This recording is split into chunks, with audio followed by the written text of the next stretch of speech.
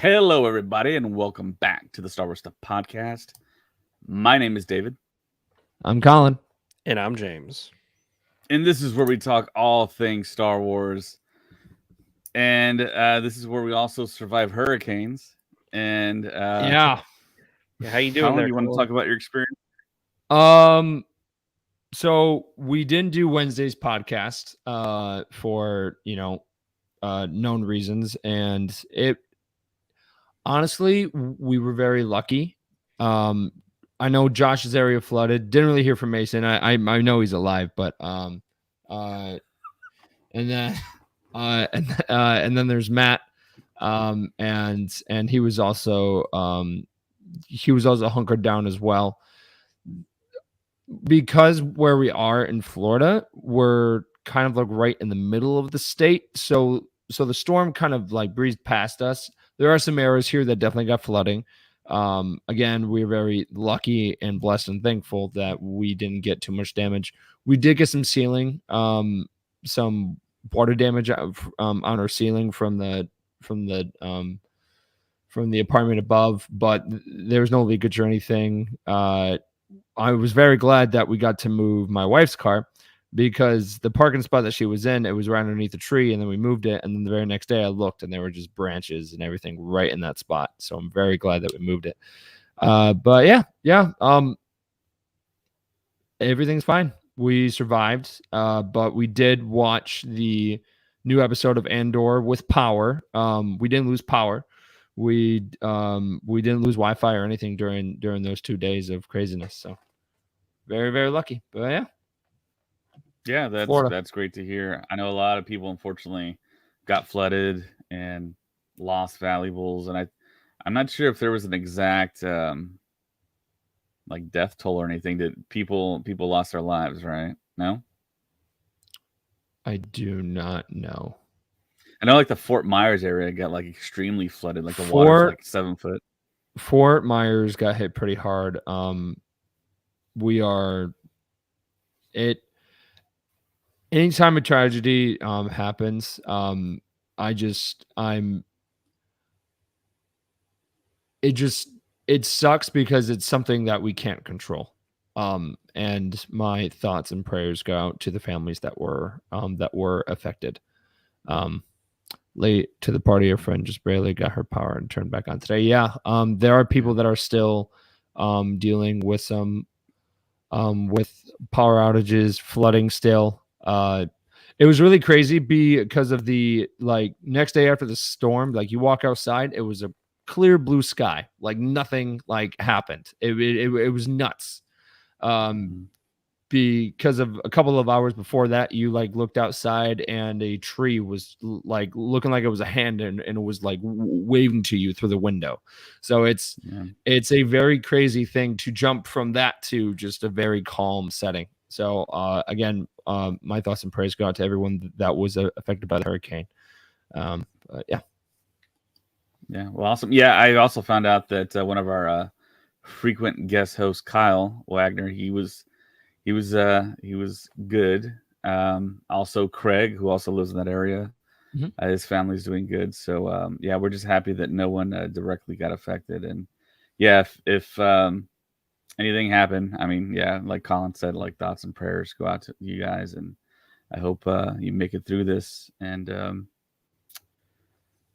Andor episode 4 dropped, and what did you guys think of the change up? I was kind of thinking that we were going to get something more specific, like to Mon Mothma based, and we didn't get as much as Mon Mothma as in like Senate. I see your face there, Colin. So I thought we are going to get more Senate chamber, more on Coruscant, but we did get Coruscant, which I was totally happy for. So what did you guys think about episode 4? I'm sorry. I'll let you go, Colin. No. Oh, me? Oh, okay. I am liking the way the story is being told because I'm also looking at it as just a regular show, not as a Star Wars show. The first 3 episodes have already established this isn't a Star Wars typical show. And so for me, when they introduce Mon Mothma and you just hear a little bit, you don't get everything because that's not where the story is right now. The story, we're gonna find out later on what she's up to, and I like the fact that they're kind of alluding to it. And if you're not a Star Wars fan, you're gonna be like, "Well, what is she talking about? What do you mean? Like, what are they discussing and everything?" And I think it's really cool the way they're doing that. They're not just going like her. They could have easily had her go into that shop and then been like, you don't realize what I'm doing for the rebellion right now, and blah blah blah. No, they never mentioned it at all. And I was like, I like this. I like that they're treating it as just a regular show and a regular story, and they're gonna unfold everything as it goes. And I think it's awesome. I think it's really really good how they're doing it, and I loved this episode. So it was really funny because of this episode definitely felt disconnected from the first three, because you definitely have that Star Wars vibe. You like, I mean, of the first couple of shots of just, happening were, of going through hyperspace, and then there are kind of foreshadowing of what's going to happen to Cassian in the future, where he gives his life for the rebellion and all that stuff. And I was like, oh, cool. And then you end up going to Coruscant. You're like, oh my gosh, this is sick. This is awesome. And then you see more of the Empire.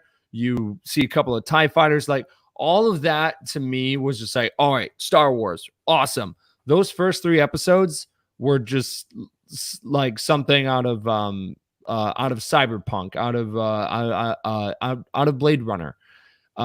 It definitely, is a Star Wars show, but you can definitely tell that that the person that wrote it was not a big Star Wars fan.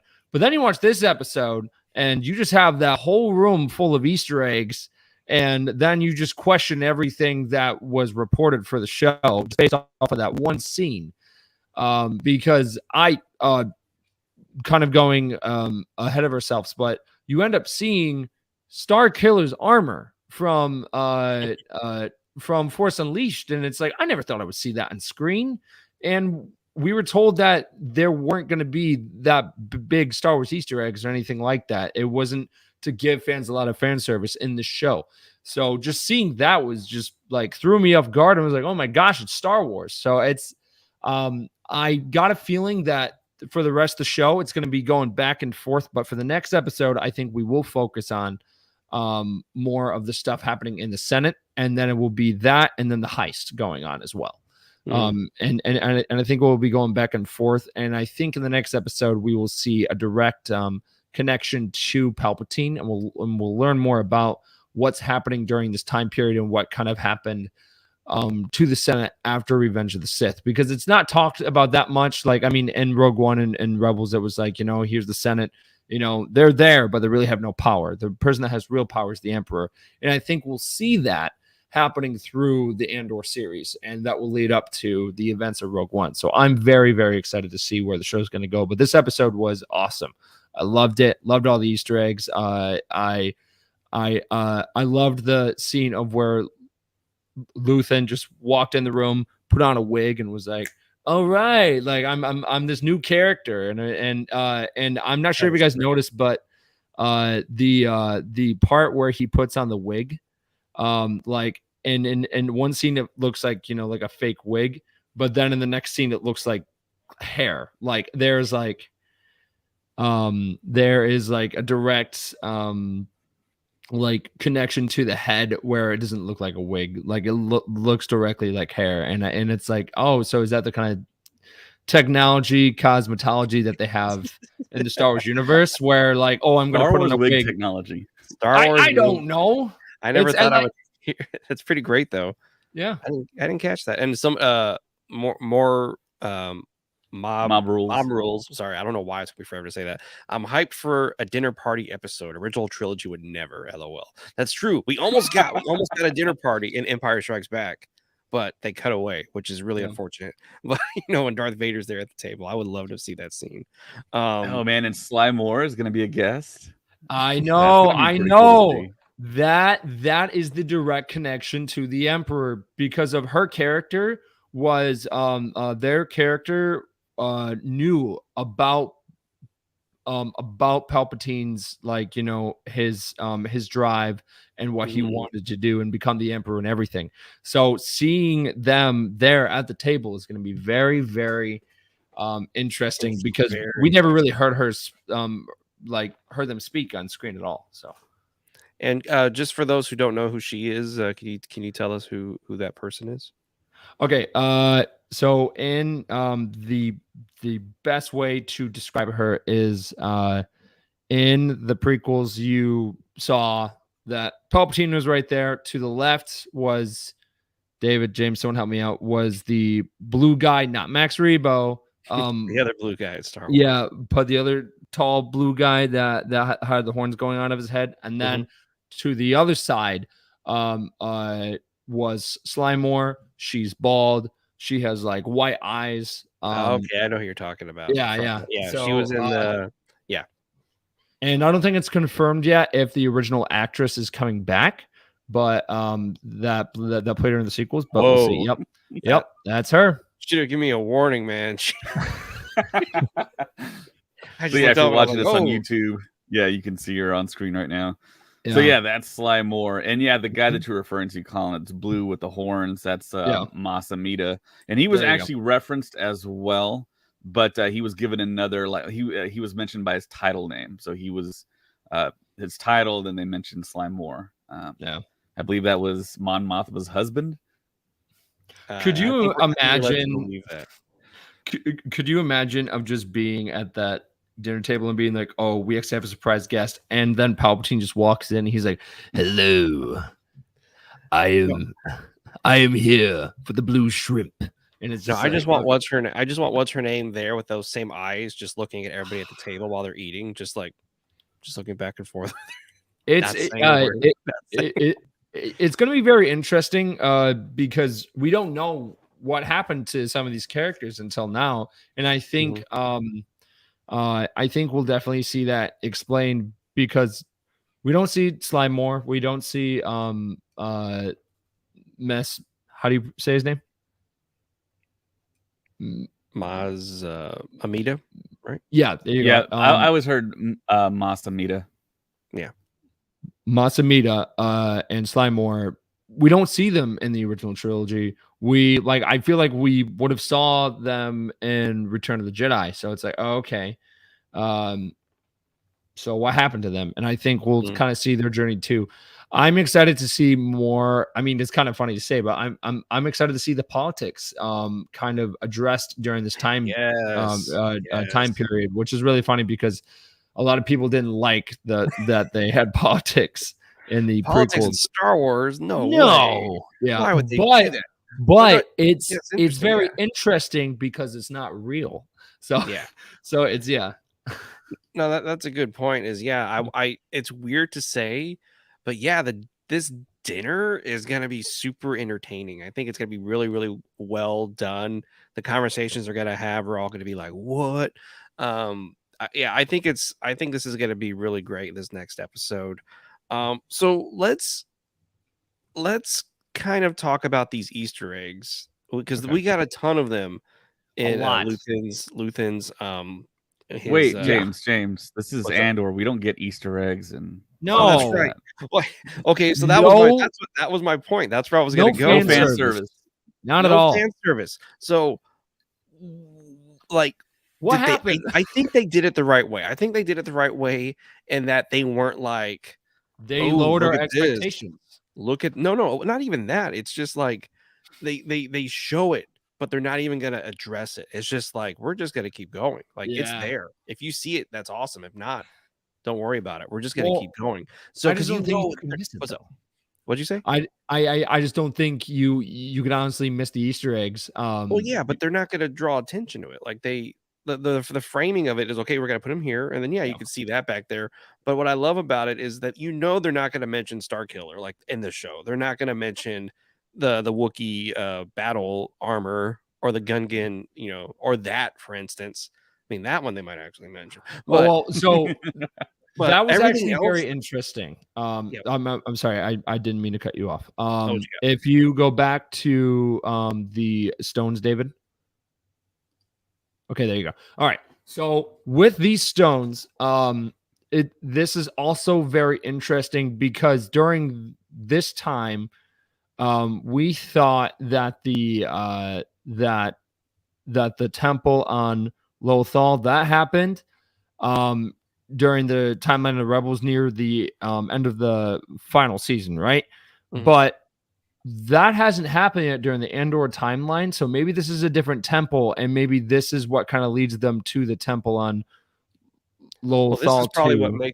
what makes Palpatine interested in the Yeah. temple, anyways. Like this right here is this is gonna come in hand. This is gonna come into play later on with Palpatine and why he wants Ezra to open the door and everything. Yeah. So I want to just picture this in my head. So Tony Gilroy is writing this Star Wars show, and he's killing it. It's amazing. Do you think in the span of those few years, he was like, all right, show me everything. I want to watch everything. And he just watched all Star Wars. Do you think he did that? And then now he's like, okay, I can have some fun. And then he's gonna start to throw stuff in, but he's not doing it to be like, oh, look at this. It's just like it's there. Like it's all like he's putting it in there. Or do you think this is somebody in the production designing office who was like, we can put a lot of cool stuff in here? I think maybe Dave Filoni walked on set one day, and then maybe he talked to Doug Chang, and they were like, all right, how about we do, something like this? How about we pull this from here? Because he specifically said that like there wasn't going to be fan service or like any of that stuff. He was coming off and saying like, I'm not a Star Wars fan. So me going into this was like, oh, okay, it's going to be Star Wars, but it's not going to be Star Wars. And that's what I got in the first 3 episodes. So I was like, all right, cool. But then you watch this episode and you're like, this is all out of left field because you are contradicting of what you said earlier, because I'm seeing stuff that I never thought I would ever see. I'm very excited, but you said that we want to get this. So now I'm very interested in what the rest of the show is going to be. What you got, David? I'm kind of thinking that Tony Gilroy maybe had a baseline of Star Wars lore and understanding, and then he wrote his scripts and he crafted the story, and then he turned it into the story group. And Pablo and everyone there looked it over and said, well, we can put this in there, that in there. And this just kind of like filled in the blank spaces where you could actually put some of these really cool Easter eggs in. And I got to hand it to him. This was a pretty like cool, like treasure trove, and like a huge fan of Easter eggs delight. I mean, looking at this thing, I knew as soon as I saw it, I was like, oh my gosh, we're going to talk like 40 minutes about this one room because there's so much stuff here. So if you're watching us on YouTube, Facebook, Twitter, Twitch, you can see that number one Easter egg is, of course, the Sith armor that Starkiller wears in the video games. You can see the Wookiee helmet that we all see in Revenge of the Sith on Kashyyyk. That's number 2. Number 3, I'm not so sure that that's Jango Fett's armor, but it is. I was thinking that too. Mandalorian armor. Yeah. And 4 is that kind of like family kind of hereditary heirloom for Twi'leks that we've seen in Rebels, I believe, where once a Twi'lek actually has a family, each generation puts a piece and adds a piece on. I forgot what the specific name was. And number 5, what exactly was that? I don't remember anymore. That is the Horn of Gondor from Lord of the Rings. I'm just kidding. Oh man. That might be a Wookiee horn, perhaps. But I wanted to go back to the Starkiller armor real quick. I won't talk that long about it, but a lot of people, especially other pages, are I'm not gonna say who, but they are definitely clickbaiting people saying that Starkiller is canon. That is not true. This is just and here's a reason why that's not true, is because if Starkiller was his, like, in the game. Have you guys played the game? I only played the first one. I didn't play Okay. I didn't play the second one. Okay, so do you remember how OP he was? Like he was his character was created to be this very overpowered force wielder. And if he's canon, then that's going to contradict a lot of stuff, but including his story, because of his story is the birth of the rebellion. And I think maybe that's why they added this Easter egg in here, because the show is about the birth of the rebellion as well. And in that story, he saves Princess Leia. He ends up going to Kashyyyk. There's actually a lot of Easter eggs, like Kashyyyk and everything, pointing towards Force Unleashed, because that game was remarkable. It was fantastic before it was canon. And there's also somebody also deciphered some Arabish that's right next to it's right next to his armor, or like somewhere around it, but it's like on this kind of broken out brick that has Arabish on it, and it says Ram Koda on it, which was the Jedi that trained Starkiller in the game. So it's I do not think I don't like that people were saying that he's canon, because his story will contradict a lot of things in now canon, because that story just would not make sense at all. And if Starkiller is canon, Indiana Jones is canon. Right. Yeah. Because of you've got the golden idol. Didn't we also see the Indiana Jones whip like in Carbonite as well? And the whip is there. And then we also saw this Kara Stones from Indiana Jones and the Temple of Doom. And there's as well. Plo Koon's his face mask, which is now depressing. Do we know if that's actually Plo Koon's or probably we don't. Right, but there's a lot of people saying it's Plo Koon's though, and it's just like you guys. It could be. I mean, theoretically, but I mean, there's other species of him. So, I know I'm fine with that, but people that are coming out and saying like, oh, like Starkiller is canon, that is Plo Koon's mask. It's just dating back to when we saw that first episode of Mandalorian season 2. Of where Cobb Vanth is coming out on his speeder, and everyone's like, "That's Anakin's pod racer engine." And it's like, no, it's not. Just because it looks like it doesn't mean that it is. Right. It walks like a duck, talks like a duck. It's a mongoose. No, it's truth serum. So one thing I liked about this episode was whenever Andor is hiking through the mountains of Scotland, which I believe that's where they filmed it, right? Scotland. I mean, I don't know where they filmed it, but it looks amazing wherever because that's location. But whenever you see the TIE fighters for the first time, I thought that was really well done, because you hear it and then you see it, and it's just like this. It kind of makes you like nervous, and I was like, that's so cool how they did it. A good reveal. That shot also reminds me of the planet Bogana from Jedi Fallen Order. It's either that planet or Planet Zepho, but I just remember of being in the mountains and they would definitely have TIE fighters fly by and stuff. So that shot definitely reminded me of that from the game. And then now we are getting the Empire is going to start to get in on Andor. Like I said, that the one guy, the security guy, his choice to pursue this is now getting the Empire involved in Andor's dealings. And all the Empire stuff, all of them, I thought this was really great.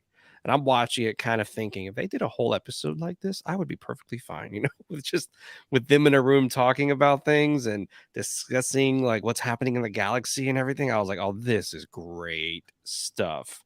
It just feels good. It just feels really great and fresh. I love it. This guy looks like a descendant of Peter Cushing here, kind of. I thought you were gonna say that too. Yeah, because of the haircut. The facial structure. Yeah, the facial features. Yeah, looks very gaunt. Okay, for Cyril's character, do you think that after everything that happened to him in the first 3 episodes, and just seeing him in this episode, and he's in Coruscant, he kind of goes to the lower levels and sees his mom and everything. Do you think that he's going to join the Rebel Alliance? Do you think he kind of looks back at his choices and being like, okay, that kind of went far. I didn't like how the Empire handled that. I don't want to do this anymore. I'm going to join the Rebel Alliance. Or do you think we're not at that point yet and we'll see something else that will make him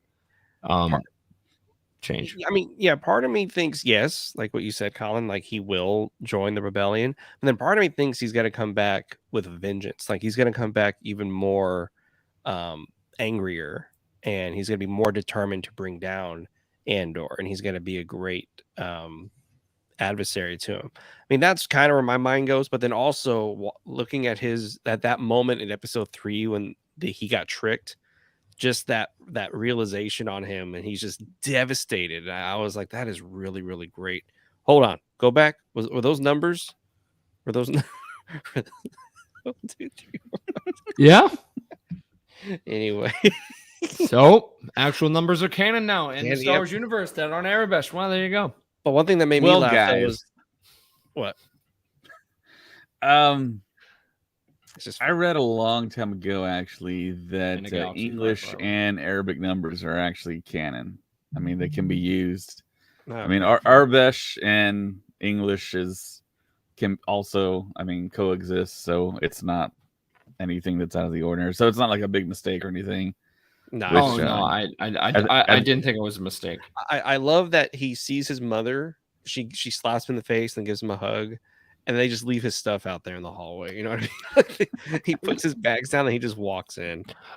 So his mom is actually the second Harry Potter actor that is in this show. She was the kind of like the neighbor guardian of Harry Potter. Yeah, Mrs. after Fig. said, yeah. Yeah, and Um, Order of the Phoenix. Yep. Yeah, that's funny. But yeah, we haven't seen the last of him at all, and I think one or two things is gonna happen. Either he's gonna join the rebellion, or he's gonna be really, really pissed off at the rebellion. So I don't know. David, what's your thought? What do you think he's gonna go going forward? I actually didn't think that he would join the rebellion. I think he would just maybe kind of chill out at home with his mom and then come back, maybe even more Nothing kind wrong of with that. forthright and just maybe try and scale the ladder of the empire. I mean, it's right now he's like kind of on the outside looking in. Maybe he reapplies. Maybe Deidre sees something that catches their eye on his history or resume or whatever, and he's brought back into the fold. And I remember you were telling me that he was maybe done for the series. Well, yeah, didn't because think so. IMDb only had him for 3 episodes, and then I was like, wait, no, Yeah. it's not. And then I looked at other people, Yeah. and I'm like, oh, okay, well, it doesn't. Yeah, and you're right, it doesn't make sense because anybody can add to IMDb and everything like that. But I just find it really great that when he sees the explosion, when he sees that he got tricked, like his whole way of thinking, his whole life is changed right there, and he's just distraught. And I thought they showed that very, very well. And what does he do? He goes home to mom. I mean, come on. What else does a guy got to do if his whole life just gets turned upside down? He's gonna go home and see his mother. And yeah, all of these characters are interesting in this show. Like everybody has something going on that makes me want to keep watching each week. And I think that's really great writing on it's not just for Star Wars, but like for any show like that. That's Yeah. a good show. Whenever you have characters that all have something happening, and you just want to keep checking in each week to see how their story is going to grow. And I love that it's in this show. And I think, I don't know, like I said, I'm excited to see where each of these characters is gonna go. And we only have one more sleep, right? And then we're there. Yep. We're there. We're Yep. episode Every 5. Wednesday, 3 a.m. I'm excited. Eastern Standard Time, of course. So yeah, and like I remember David last week was like, all right, so I got House of the Dragon on Sunday, and then I got Andor on Wednesday, She-Hulk on Thursday, and Rings then of Power Rings of on Power on Friday. And I was like, Which that's that really- episode was amazing. I wish we could just talk about that because that was incredible as well. yeah, Oh my Rings of goodness. Power like up their game. I'll for allow them. it. Let's go. Oh man, yeah, no, Yeah, that show was on fire, man. Like, there are some He's really people gonna like, do it. He's doing well, it. He's doing it. I mean, man, Just like, for a little bit, not the whole. okay. So every single Friday, I'm so glad that I have Fridays and Saturdays off because if I, on Thursday, I wait until midnight until it comes out so I can watch it like right away. And I'm so glad I do, because every single time I'm not disappointed. The first couple episodes were slow, but honestly, like it's been killer. It's been fire. And the budget for that show has, you can definitely see it being used. And I'm very that makes me excited for the Skeleton Crew, because that is going to be the second highest show for its budget ever, like in TV show history. So It's really weird that we're getting to that stage now where these television shows are getting feature film budgets. I know, And but that's sometimes what makes it great. even more than feature film budgets. Like, Yeah. I mean, their TV is the way to do it now. Like, everyone's jumping on it. I mean, like I said, look at where we are now. Like, I haven't been in the movies in a very long time because I have House of the Dragon, Andor, She-Hulk, Yeah. and Rings of Power all coming out right now, and I'm good. I'm set. And it's just crazy to think that that's the way it all is now. And it was the worst box office month in September. yes, that's like right. Past like 17 years or something. I wonder why that was. September and August are usually the slow type seasons, and then you got February, like January and February, where they're kind of slow too. But it's historically bad though. That's what I trust me. I know. I'm excited for the upcoming year for movies. Unfortunately, we're not getting a Star Wars movie until 2025, but we're probably going to find out. Gives the TV shows that budget now. Yeah, Skeleton Crew can use some of that. That's why. Yep. And okay, so should we shift gears to that weird news story that came out about? Hold on, I got one more thing to say about that. I'm glad you brought that up, James, about having not really having to stay home, but having that luxury of watching House of the Dragon, then you watch Andor, and then you watch She-Hulk, and then Rings of Power.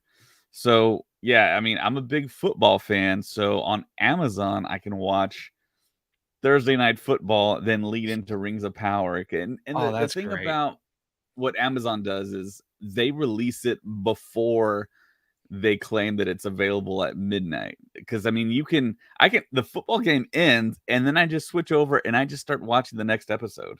Oh, that's awesome. It's really cool. And then Sunday Night Football happens, and if that game's not so great, that show drops kind of in the middle of that game. So yeah, I just wait for that. Yeah, House of the Dragon drops at 5:00 Pacific, which is pretty great. And and that last episode was pretty good. It's weird. It's weird that these TV shows are cinema quality shows. I mean, She-Hulk is not cinema quality, but it's very entertaining. I mean, I'm just saying it's still a highly entertaining show, and I'm still digging it. But the other three are like crazy quality of shows. Star Wars, Game of Thrones is what I want. We all wanted that. We all thought Mason were going to give us that, and we all know how that went. But so let's shift gears a little bit. So a certain celebrity was asked about Star Wars this week, and this certain celebrity by the name of Christian Bale made a really funny. It wasn't a joke, but he was just like, they're like, who would you play in Star Wars? And he was like, I want to play the guy who hit his head, the stormtrooper who hit his head in A New Hope. Yeah. He said it always made him laugh, and he goes, and it's so funny.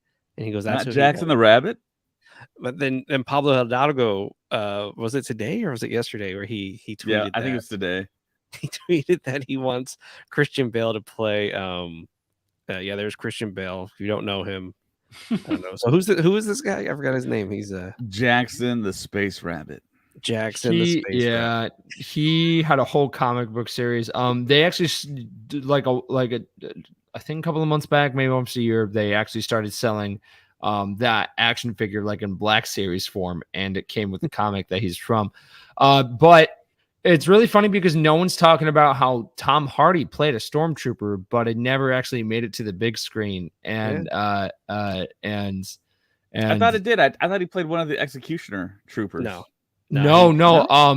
It was a whole deleted scene of Tom Hardy talking to Finn on the elevator, and it never made it. We would have had the first butt slap in Star Wars if that scene had stayed in there. Because Tom Hardy's character slaps Finn in the behind to congratulate him. That honestly would have changed my whole perspective of The Last Jedi right there. Like if that scene showed up, I would have been like, all right, great movie. No, I'm just kidding. No, but James Bond played. But yeah. So Christian Bale, you know, and then he said though he still has all his old action figures. Yeah. He is a huge Star Wars fan, which I don't know. It's one of those things you never hear. I don't know. I think every celebrity kind of is. They just don't want to admit it. And he finally let out, I'm a Star Wars fan. I've been one for a long time. And then he says, well, he goes, well, I know Kathy Kennedy. She was the producer on Empire of the Sun when he was like, what was he, like 11, 12 years old when he was in that movie? So he's known her for years and years and years. And so he was like, I can. It's almost as if he was telling, I could just call her whenever I want, probably, and, and get a part in one of these movies. Okay, so here's the question.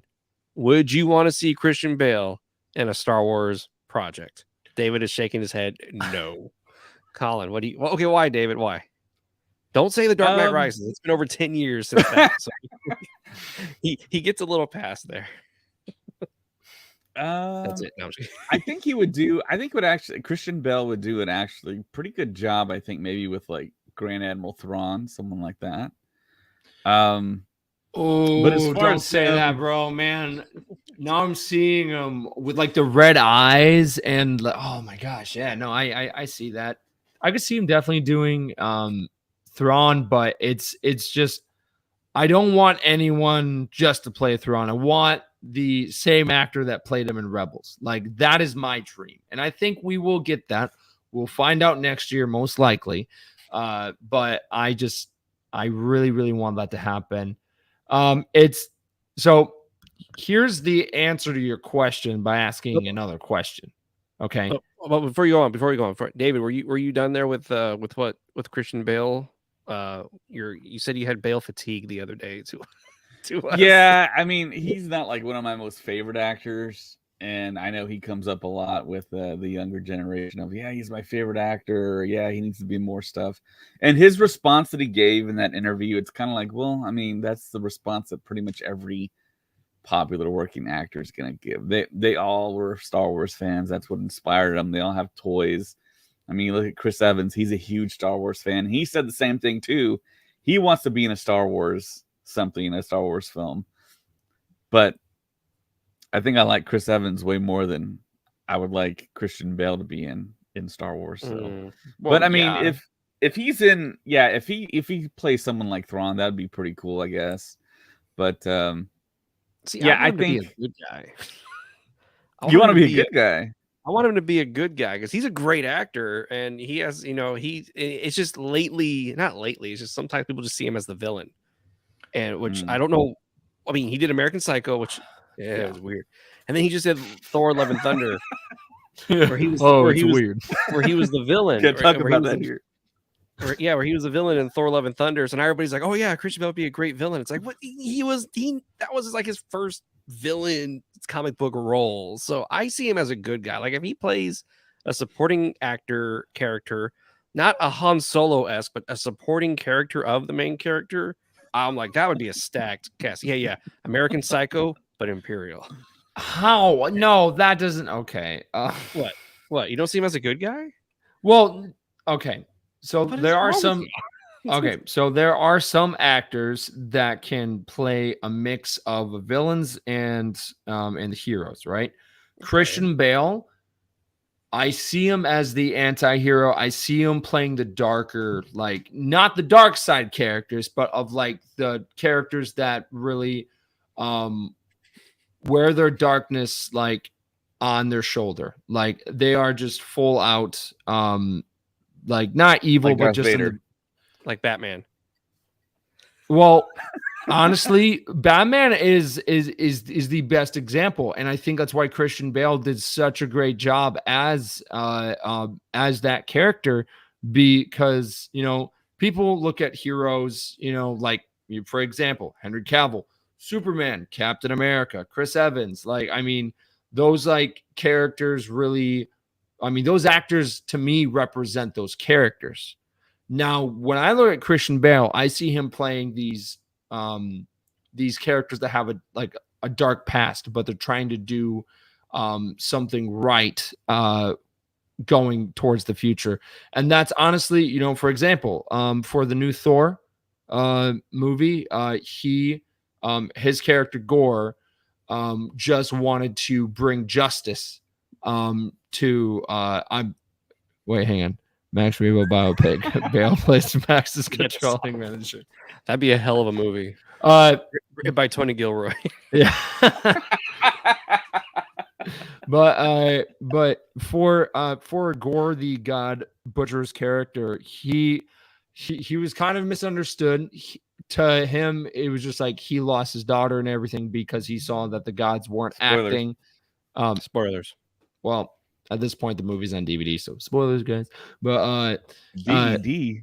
Yes, throwback. You're welcome. Look at James' face. I was just giving you a hard time. No, but he wanted justice because the gods weren't, doing what he thought the gods were supposed to be doing, and then he wanted to take down all the gods because his daughter died, and he didn't want that to happen to anyone else. Okay, so what does Batman do? He becomes Batman, so no child has to. Yeah, he becomes Batman, so that no child has to go through what Bruce Wayne did. And honestly, I see that in Christian Bale. Stop it! No, stop! No, but like it's. But yeah. So I see Christian Bale playing those characters, those type of characters. I can't see Chris Evans, playing Grand Admiral Thrawn. I can't see. He's not British or. Well, it doesn't matter. I don't see him playing, of the Luke Skywalker, Han Solo type character. I don't see him playing the supporting character. I see him as a character with a dark past, and I know that is kind of character. Actor stereotyping, I think, is the term for it. But for example, there's also Michael J. Fox. He never really,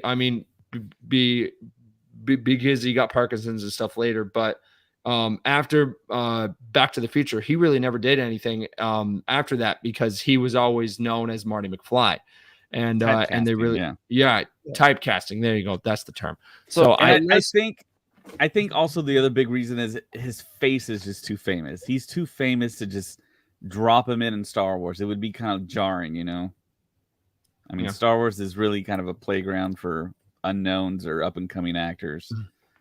There are actors like Bill Burr that work though, because I just got done. He's not tremendously famous though. Yeah, I know, but of being the type of comedian that he is, it works so well in Star Wars. And the last episode that he was in The Mandalorian was like pure bliss. It his character fit perfectly in that. He definitely got his redemption.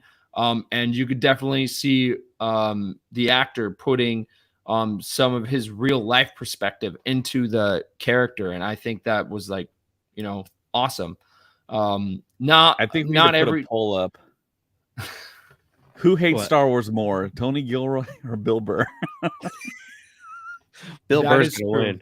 Bill Burr will win 100% in a landslide. Yes. But it's funny because he did such a great job though. He crushed his role. He did a fantastic job. Look at him and look at him. Tony Gilroy effect. Yeah. You don't care and you do great. Hey, there you go. You just I don't really like Star Wars, but I'm just gonna make a really great story and everything. But I think Gilroy is now a Star Wars fan. I think he is now on. I think he's with us. Speaking of with us, okay, this is nothing to do with what we were just talking about. So I just started watching Yellowstone, and I'm only literally in the first episode. I was gonna start watching Yellowstone, James. Really? What the heck? I just started today, so we can talk about it. All right, there's on Patreon. We'll do commentary. There's a part where they're looking for cattle, and he goes, "What's that number?" And he goes, "It's 1138." He goes, "Okay, 113." And I was like, Taylor Sheridan, are either you're a Star Wars fan or you were just going I'm just gonna think of a random. There's no way he thought of a random number. 1138 is super, and they even say it. They don't say 1138. They say 1138. And I was like, now there's a guy, who could write an incredible Star Wars story. But too bad he's got a billion projects Ryan Johnson and Taika. But yeah, that goes back to what I was just saying earlier about all these people now that are like working actors and creators. They're all Star Wars fans. They all drop those type of Easter eggs in there. So It was so funny. I was like, no way. yeah. But yeah, I would love to see what type of story Taylor Sheridan would come up with for Star Wars. I think that would just be like a Yeah, it's kind of bounty hunter. ironic. I was watching a YouTube video on Taylor Sheridan. I learned nice. his story. And yeah, he owns like 250,000 acres in Texas. Nice. Yeah. And in case you don't know, he wrote the movie Sicario. He wrote Sicario 2. He also wrote Hell or High Water. And yeah, He's got nominated for an Academy Award for that. He didn't win, did he? No.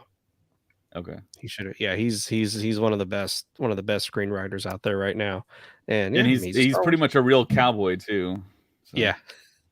Yeah, and Wind River. Yeah, he also did a movie called Wind River with. Yes, that's a great movie. Great movie. That's a guy who needs to be on Star Wars, but he needs to be on Star Wars whenever he's not thinking about a million other things like all these other people have been doing lately. Yeah. And it goes back to Taika and his Thor: Love and Thunder. Don't get me started. Yeah, it's pretty crazy how Taika's stock has dropped so severely. Man, only if he had a project that would, that was, maybe not on the shelf anymore, that would probably help him get out of that rut. What? See, I don't. What? I think they would have taken it away from him after how Love and Thunder did. Like, honest. And I even heard on the set he was just like he didn't take a lot of things serious while he was filming it. Like he was just going and doing his own thing. And then I just found out. I know this is nothing about Star Wars, but I just found out the other day that Blade is being rewritten because nobody read the script until last week. Like Kevin Feige had not read the script until just last week, and it was like did they really fund the movie and get everything going, and then they read the script, and it's kind of strange because Kevin Feige's also like crazy busy. Yeah, but yeah, it's so I don't know. It's just really strange, and so everyone's wondering, did Taika even read? Did Kevin Feige even read Thor: Love and Thunder? Colin versus Taika, or Colin versus lottery system. That's the poll that we should put up. That's the poll. But no, what I was saying was people are saying Kevin Feige didn't even read Thor: Love and Thunder. Like he was just like, yeah, Taika's got it. And yeah, it wasn't that great, So I don't know. It's like you said, David. It's weird how much Taika's stock is like dropped, and to where a lot of people are like, "Don't do Star Wars." Don't, you know what I mean? Nobody wants him to do Star Wars anymore, and that's kind of sad because he was the hottest thing there for a bit. I kind of want some unknowns to tackle Star Wars. Yeah, some people that have something to prove, some people that aren't gonna just people who could focus 100% of their thoughts on Star Wars. Like that's what we need. We need a director who can come on, and that's all they're doing is Star Wars right now. Because all of these other people who they're bringing on are so busy, or insanely busy. So yeah, we need somebody who can focus everything on Star Wars right now. And hey, who knows who it is? Maybe we'll see them in 2025. Yep. If we're all alive by then. I'm just kidding. All right, what's next on the agenda? It is. What you got? It's the birthday of Jonas, also known as his birthday. Jeez, look how tall he is. He's not even wearing the shoes that. No. Wait, is that John? Who? Is that? Oh, sorry. Do we know that guy? Nope. Oh, okay. Never met him. Yeah, never met him. Okay, I just thought that's who that was. So, how old is? And neither has Chris Myatt. That was such a great night. It was an inside joke. I don't think I've ever laughed as hard in my entire life. than that. No, and something happened right after that. Who was it? It was Chris. I think it was Chris that just like he ripped a huge one, and then we all had to like that was run out of the room. There was a woman in there too. Yeah. So yeah, Jonas, happy birthday! He turned 36 today. Very young guy, and he's Former still basketball very player smart. from Penn State. Yep, that is a tall guy though. I mean, jeez. So yeah, I That's believe it. he's 6'11", and Yeah. Peter Mayhew was 7'3", I believe. Yeah, he's still he will. Yeah, Peter Mayhew was taller than him, and yeah, Peter Mayhew was a monster. But yeah, so and it's great that they got a young actor, and so because he can just keep pumping out Chewbacca roles for a very Yeah. long time. So that's good to know. So yeah, happy birthday to Yeah. Jonas. Yeah, and Jonas Swatamo does do the Comic-Con circuit a lot. He's been A to lot. South Texas, Dallas, Houston, all over the place, and that's who I want to be a part of Star Wars. Someone that's going to do the Comic-Con and photo op, signature signing stuff, and talk to the fans. And he does podcasts too, I believe. So we'll probably try We'll and get get him him on here on. one day. Yeah, eventually, and yeah, hopefully he does come back in a film. Hopefully there's something Chewie centric. Hopefully there's a Disney Plus show, something. But Can you imagine if they did a whole show about the that story there in Jedi Fallen Order where they're trying to get free the Wookiees and all that? Like after Yeah. that would be like the craziest movie ever. There was If they also the story. I'm sorry. it's There was also the story in the Star Wars Battlefront 2 campaign of where after you get done on Takadana and then Han Solo is telling Iden, he's like, actually, we are going to these coordinates. And then it sounds like they're going to Kashyyyk to go and try That's and right. free Yeah. the rest of the Wookiees as well. So I think there's a storyline there. I think they could definitely fit it into the timeline of the Mandalorian and everything, because that would be really interesting to see, because that's been talked about a lot, like of kind of bringing in the Star Wars, holy trinity, which is Leia, Luke, and Han, and seeing them on screen, even though it would be deep fake for sure, it would still be very, very cool to see after all these years of all three of them together. And it's something that we never got in the sequels, which we all hoped that you would, but it would be very cool. And we know that Billy D. Williams would be down because, he comes back for games. He comes back for the Lego Star Wars specials. He does that stuff all the time. So we know he would definitely be down for coming back as Lando, like even for just a deep fake. let me ask you this, Colin and James. What you gotta do? Who is the Trinity of the prequel trilogy? Obi-Wan, Padme, and Anakin. Now, some people would say, oh, because the Clone Wars, it's Ahsoka, Anakin, and Obi-Wan. Okay, that was quick. Yeah, what he said. I think about it all the time. I'm sorry.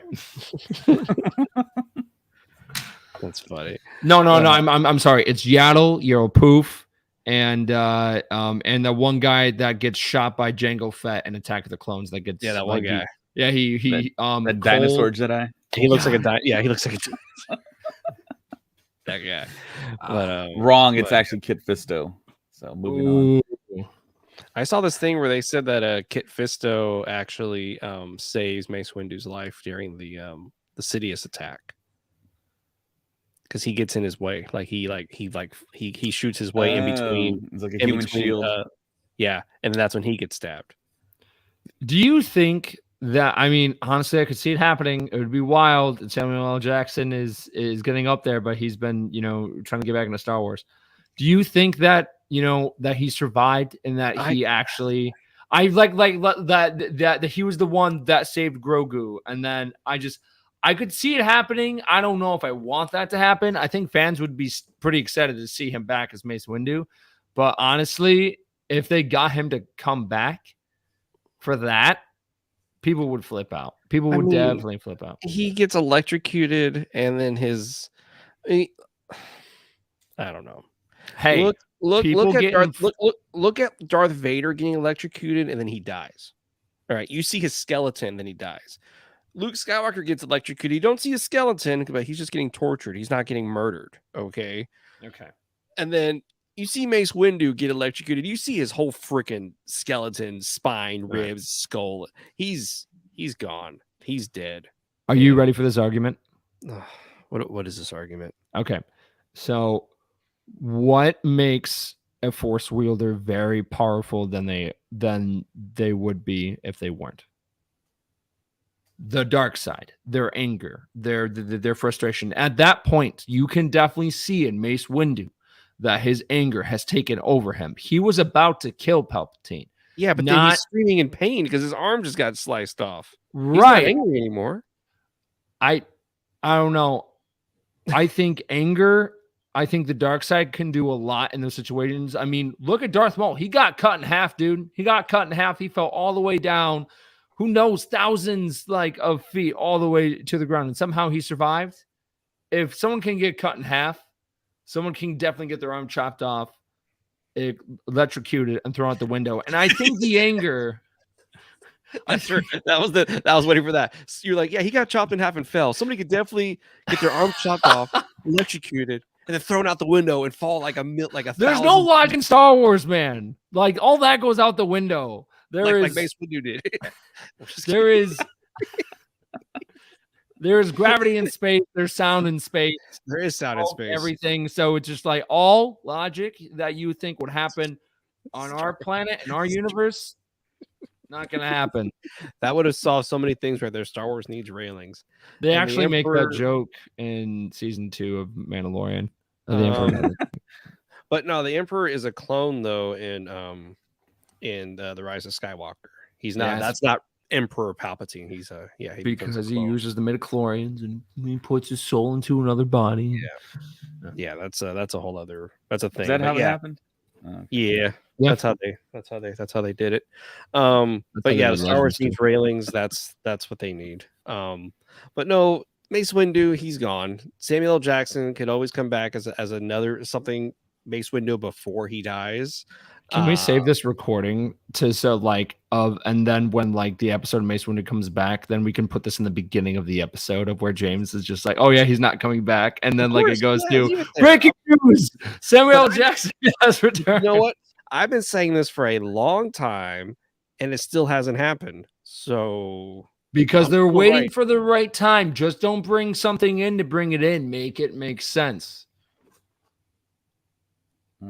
And if Mace Windu is the Jedi that saves Grogu, that would be a great, story. Not just him popping up and be like, hey, I've been gone for all this time. So he flies in the air. He lands God knows where, gets a cab, flies back to the Jedi Temple. They would make it all these other lands in the more cab. sense than what I'm saying. Maybe he landed in the cab. There you go. And then he goes to the Jedi Temple. There's kids dying, but he's like, I got to get this guy out of here. And he grabs Grogu and he just leaves. And I could see him in the chaos, seeing people getting slaughtered. He sees that it's too late for the other Jedi, and he's and he sees Grogu, about to get killed by those clones in that flashback in Book of Boba Fett, and then all of a sudden the clones turn around and Mace Windu, force pushes them, and maybe sorry, hang on. There we go. Yeah. So he just ends up just going full ballistic. At that point, I think Mace Windu is trying to collect himself. I think he's still angry, conflicted. Something that we learned from Boba Fett, you change through these big life, altering events. Getting your arm chopped off and getting thrown out a window, I would definitely be a different person than I was before. So I could definitely just see him being very upset and just kind of conflicted of being he's just a little upset. It's fine. I could just see him being just conflicted with oh my gosh, maybe Count Dooku was right. I can't believe that I just got my arm chopped off by the chosen one and never trusted him. And this is all happening to me. And we just see him go full psycho on the clones. And then he sees Grogu, and then he's reminded of Yoda and the Jedi, and that kind of brings him back. He saves Grogu. He leaves the planet. And then we kind of see of where he was all those years. Man, Colin's really thought about this, huh? I have. So yeah, while we're trying to figure out who Masamita was, he's actually in our background right above Mace Windu, next to Grievous. Speaking of Mace Oh, yeah. Wait, Oh, look. oh, there he He's is. Yeah, just he's right there, He's right waiting. He's just awaiting Wait. he's waiting his return. And he's also right here. But what if what if what's his name from the guard that we just saw in Andor? What if he goes to the lower levels and goes to Dex's diner in the next episode, and he's just there by himself, all sad, drinking Jawa. Like that would just be the funniest. It just cuts to him in the diner by himself, just drinking Jawa juice, and yeah, that's what I want to see in the next episode. But anyways, all right. So what else? What else was that? Did we cover all the bases today, or did we... Tales of the Jedi is coming up this month. Ooh, that's couple of right. weeks. We're in October. Yep. Very, There very exciting is. stuff. The first 3 episodes will, be Ahsoka's journey. And then you go into the next 3 episodes, which is about Count Dooku's journey from a Jedi to falling to the dark side, most likely. There's a couple of scenes in the trailer that show Ahsoka at Padme's funeral and Revenge of the Sith. That's it's very sad, and it's I think we're definitely gonna get scenes from Ahsoka from the movies that maybe we never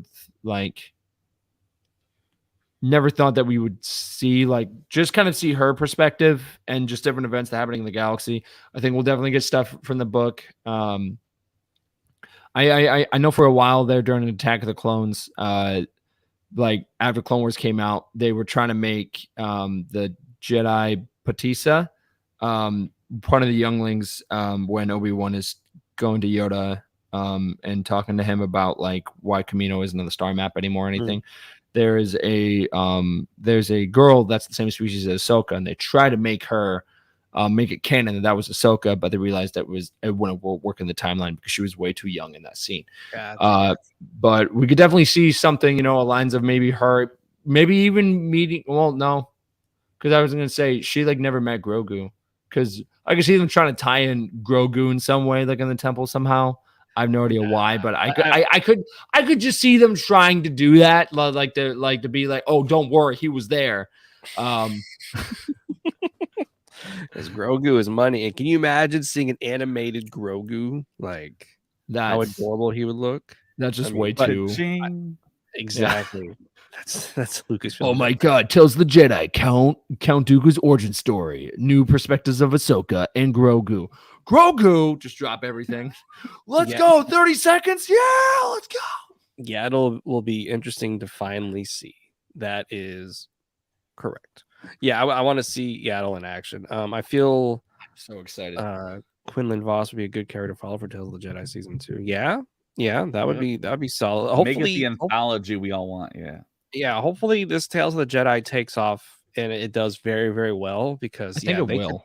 They could have a lot of fun with some of these characters, and I'm excited to see. And or we could see Shakti's real face. Yeah, true.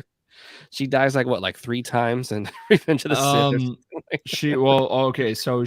So she gets killed by General Grievous in a deleted scene in Revenge of the Sith. She also gets killed by Anakin in the Jedi Temple, in a deleted scene there, and then in Force Unleashed, she gets thrown into the Sarlacc pit. Didn't she also? Lucia. She died another way by Grievous, wasn't it? Or there was like 2 ways in this ship. I could have sworn there was 2 different ways. I believe there was only one way. She also, died in Lego Star Wars, where she gets cut in half and then she gets decapitated, and it was like, whoa, it's a Lego Star Wars. Yeah. Man, but that'd be like I said, I have high hopes for the Tales of the Jedi. I think it's going to be something really, really great for all of us to see. I would love for them to maybe dive deeper into maybe Luke. That would be good. That would be something. And Mark Hamill is no stranger to voice acting, so it'd be really cool to see him come. I mean, he actually did voice Luke Skywalker again in And The Last Jedi. no, not The Last Jedi. And it was Forces of Destiny. It was those small cartoon shorts, and on he YouTube. actually did come back as Luke, because it showed us a different perspective of him training on Begoa, and he was very scared of doing flips and stuff through the trees, and then Yoda kind of trains him a little more, and it's a different perspective, but that's canon. And That's Tales of the Jedi Yeah. season 2 right there. Luke Yeah. Skywalker, when he's young, we show a deleted scene of him on Dagobah. We Yeah. show a scene of him creating the green lightsaber, and then we show him training Ben Solo. Like that's just that would make that everyone would watch that if they released Tales of the Jedi season 2 Luke Skywalker. I mean, everybody, that would just be the biggest thing ever. I think they should do that for Obi-Wan as well, of seeing the young Obi-Wan, maybe being brought to the temple, and then one episode is him and Qui-Gon with Satine running around, and then we kind of see that love connection, and then maybe we see him during the events between Attack of the Clones and in the Clone Wars, and we kind of see him kind of train of him train and Anakin. Oh, actually no, not between Attack of the Clones and the Clone Wars, but Phantom Menace, that 10-year gap of him kind of watching Anakin grow, and just and seeing him from Jedi Knight to Jedi Master. That's season 2 right there of Tales of the Jedi. Luke Skywalker and Obi-Wan Kenobi. That's the way to do it. You hear us, Lucasfilm? Yeah. That's how you have to do it. Yeah. They could do every major Jedi from the prequels too, and just like they have this Tales of the Jedi could be just the, like you said, the anthology we've always wanted. Just keep pumping these things out each year, and man, people would love this stuff. And hell, you can even do a Grogu episode. We can even go and watch Grogu. You know what I mean? Like, I don't think they would do that. I think they're definitely going to save that for live action. Yeah, it's gonna be last. I don't think they will. I mean, I know I did talk about Grogu, of showing up, potentially, but you did, yeah. That was more. That was more of oh yeah, if they do that, they do that. But I really think they'll save all that stuff for live action, because that's a huge investment right now, is Grogu's story. And I think, his story being told in live action is the best way to go. I don't think they'll ever touch Yoda's story. If they do, I'll be very, very surprised. Would be huge. Maybe even seeing him in the High Republic era. That would be really cool to see. Seeing him during, the prequels, era. Stuff that we've never seen, and then you go into his time on of that 20-year gap from Revenge of the Sith all the way, and just kind of him reflecting on everything, maybe talking to Qui-Gon Jinn and talking to Obi-Wan, of just on the planet, and just kind of reminiscing about the old days. And I don't think anyone's talking about him being actually showing up in Acolyte. Yoda is totally around. Yeah, he's totally around. Seeing Frank Oz show, come back with now.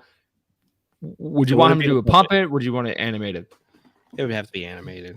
Yeah. Yeah, there's no way. I would like to see they could do a puppet, obviously, but everybody wants to see Yoda moving around, and it worked. It worked for the prequels, so I'm anxious to see how Yoda in today's technology will look. From the Force, but beware the dark side. So certain are you. Is his mouth moving? Yeah, look. Yeah. He also blinks too. Whoa, that's weird, man. That's a pretty cool ornament. This is a Hallmark ornament, by the way. Yeah, I can tell. Hallmark, it's like $100. When you want to send the best, Hallmark. All righty then. Was that it for the day, or did we? I feel like James just these up. Well, no, because I don't want to. Got somewhere else to be. Yeah, dude, come on, man. Star Wars stuff. Still pretty early in California. I'm just kidding. What you got? I gotta throw that in there. So the packaging for all the new Black Series is no longer gonna have the plastic window in front. It's just gonna be a solid cardboard box. And I got pictures here if you're watching us on video. So here are the new Andor figures. Interesting. See, I don't like that because of the whole point of having the clear box was, if you wanted this, Target, which sometimes Targets are always sold out because people are camping, outside the door waiting to go in and like grab the action figures every morning and walk out. But the Wow. like great thing about having the clear kind of thing in the box where you could see the action figure is to choose like of which character has the most detail and then go from there. Because if you're going through the box and you just open it, it's like, oh, cool, great. But there was always the potential of finding another character or the same action figure that had more, detail. Because, for example, I have a Black Series Princess Leia from A New Hope, right? And her face is, it's not as screen accurate as other ones I've seen. And I was like, but at the time when I went there and I got it, that was the only one they had left. And then you go and look at other ones. I'm like, that's very detailed. That's more detailed than mine. Wish I had that opportunity. You're taking the opportunity away without having that clear plastic on the box where you can like see inside. Man, I'm very like detailed with my descriptions today. No, it's good. That's great. I'm personally, I'm fine with it. I mean, but the nostalgic in me is like the toy boxes are different now because for years you've had that plastic cover and you can see what you're buying. I guess it's just the way of the future, just how it is now. Maybe it's a little eco-friendly as well, not to have that plastic in the front. But I think it's still pretty cool. I think it's a really cool looking box, and it's kind of weird though when you display that unopened. It's just gonna be a box instead of seeing into the box what normal people have. Like David just showed us, if he hung those up on the wall, they would look really, really cool. But now you're just gonna have a box hanging up on your wall. It's like there's a toy in there, I promise. I don't know. It's gonna be interesting for the collectors and how they're gonna take this. Yeah. That's just me. Yeah, I'm thinking of it. California might have something to do with the plastic, getting rid of the plastic. So You're welcome. yeah, it's just it's just one of those things. Yeah. But James is responsible. Yeah, it was me. Yeah, I did put the poll up, and we'll go Inception style here. So what poll? 87.5% think Bill Burr is less a fan than Tony Gilroy. But it's so funny because that's really funny to me because of he brought that character to life in such a great way where it's not like I can tell that he's not a Star Wars fan. It was just like there was so real to his character, if it makes sense, like very relatable. Especially the way the conversation that him and Mando had in season 2 of where he's like, it doesn't matter if you're part of the New Republic, it doesn't matter if you're part of the Empire. Either way, you are part of a side that is trying to control the galaxy. Like it doesn't matter. And it's like, we never seen that side of a character before. It's either good or bad. It's not like, so seeing that side from a character was very interesting, but it was also really cool because it's very relatable. And I think that's why Bill Burr did such a great job in the role that he had. Yeah. So there's still time to vote this poll. It's on Twitter. You got 1 day left. And you can find it at StuffPod on Twitter. Yeah, let us know what your thoughts are on that one. Also, we are doing a giveaway on Instagram for a chance to win a B2 Emo from the Andor series. So if you're interested in that, go on to Instagram. Follow the rules. It's all on there. Let's do it. Cool. Yeah, I might actually answer it because I want that toy as well. B2 Emo is such a great. I don't know how they do it, but every time a new droid shows up in Star Wars, I'm like, oh, here we go. I'm gonna fall in love with this droid now. And sure enough, he was really, really cute. and the design of him is really, really great. So yeah, just be sure to head over to Instagram and follow all the instructions for your chance to win your very own B2 emo. Look at him, adorable. Now that's a droid I'd want just hang out with. You know what I mean? Throughout the day, Yeah. because he actually speaks. You know what I mean. He doesn't go beep beep doo, doo, doo. He actually. I talks. just feel like he has so like of just the structure of B2 emo. It's just like, okay, could he be a rolling refrigerator? Could it be a trash can? Could it be a microwave? Like I just think of all the possibilities. I think it's all the above. Actually, I'm just kidding. A Roomba. A Roomba, exactly. Awesome. All right, now I think that's everything, James, because he's so ready to go. Apparently, Not quite yet. I do want to recognize our patrons. We want to do these shout outs to all these people that support our podcast and believe in us and give us great reviews on Apple Podcasts. So on the purple tier, Chris Simpson, long time, Kevin Leininger, Devin McCaffrey, Drew Peters, Zach Netzel. On the red tier, Fenrir526, Matt Heath, Maya Morris. On the black tier, Maka Tautala, Nathan Shank, Evan Opaker, and Liam McCallion. And also, too, I want to do a shout out for the people that join us on YouTube most of the time. Maka, of course, is here. Mob Rules. I think Mob Rules actually lives in the same city I do. I'm not sure. Ivader, the Legacy of Nerd, of course, late to the party, gave us that nice shout a couple podcasts ago. And yeah, they let us know they got the power turned back on for someone they know. And Pizza Kid, of course. And I think that's everyone here on YouTube. So yeah, thanks for joining us, guys. It's always fun to have you on, have people participate, be in the conversation with us. And of course, you can always find us on YouTube, Instagram, Facebook, Twitter, TikTok, all the places. Every popular app out there, we're pretty much on it. So like, subscribe, smash if you the want like to email button, us, send us an email hit there the at bell. podcast@gmail as well. Yeah, definitely. Yeah. If you want to email us, tell us whatever's on your mind. Go for it. Also, Apple Podcasts. You can write a review, give us 5 stars, hopefully. And yeah, we just love to talk about Star Wars. And that's what we try and do. Unless there's some type of event that happens in life that we can't podcast, such as a hurricane. Like a hurricane, the death of Max Rebo, Well, on that wonderful note, I'm sure. Shame on you, sir. Shame on you. Well, thank you very much for listening, and we hope to be back next week with another awesome topic. And actually, so cool. Look forward to episode 5 of Andor coming up very soon. All right, awesome. Thank you very much for listening, and may the Force be with you always. And also with you. Congratulations.